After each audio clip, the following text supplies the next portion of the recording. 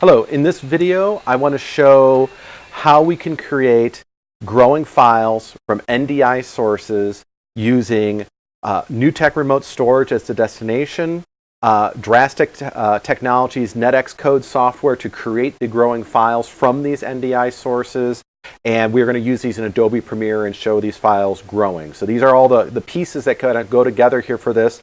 I do just want to take one moment and say that my laptop is basically running most of this software all together, which is not the way it would normally be set up. So a few steps take a little longer than would be normal just because this laptop is kind of taxed doing all the different tasks at once. That is not how it normally would be, but just keep that in mind.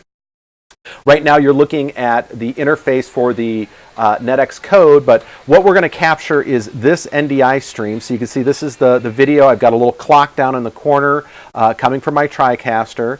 All right, so I go into my laptop. Now this software runs as a service basically in other machines behind the scenes, and you would control these systems through this web interface, and I can go in and select one of my capture channels, right? They say SDI, but they'll capture NDI as well. So you can see there's that video coming from my TriCaster in. We can go in and configure what exactly we're going to capture. So there's the name of the NDI channel. There's our video format. There's the codec and file type it's going to create. In our case, we're going to create an open XDCAM MXF file. This is what will allow us to create a growing file that Premiere can work with. And then down here is the destination. This is a location on my NewTek Remote Storage. And we also have the ability to create proxy files. I currently have this turned off. It's not needed for growing files, but it could be used for other workflows. So you could do that, but because my machine's kind of taxed doing everything right now, I disabled that. And then you can choose your file name down here. So let's just call this one Grow1. I've been playing around with other files, so I'm just going to choose a name I haven't used yet. And when you're ready to go, we just hit record. And you can see it's recording up here at the top. It now says recording. And if we go to my NewTek Remote Storage here, let's drag the window over.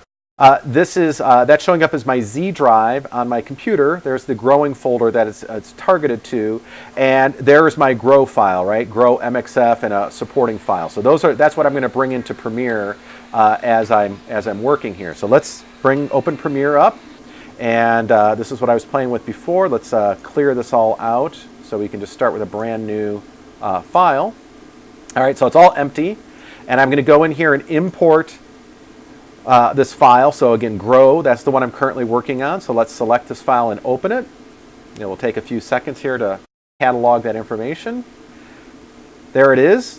And quickly, I'm just going to throw in the timeline right away so I can show some stuff here.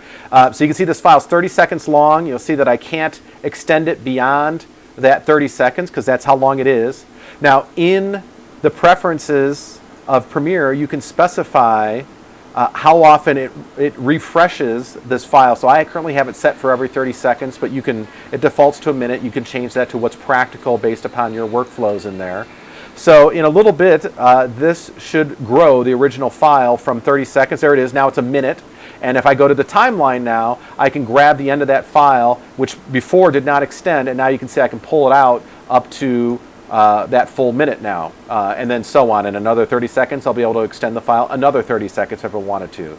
And that is a quick demonstration of how growing files can be created from NDI sources onto NewTek Remote Storage into Adobe Premiere using Drastic Technologies Xcode software to create these growing files. Thanks.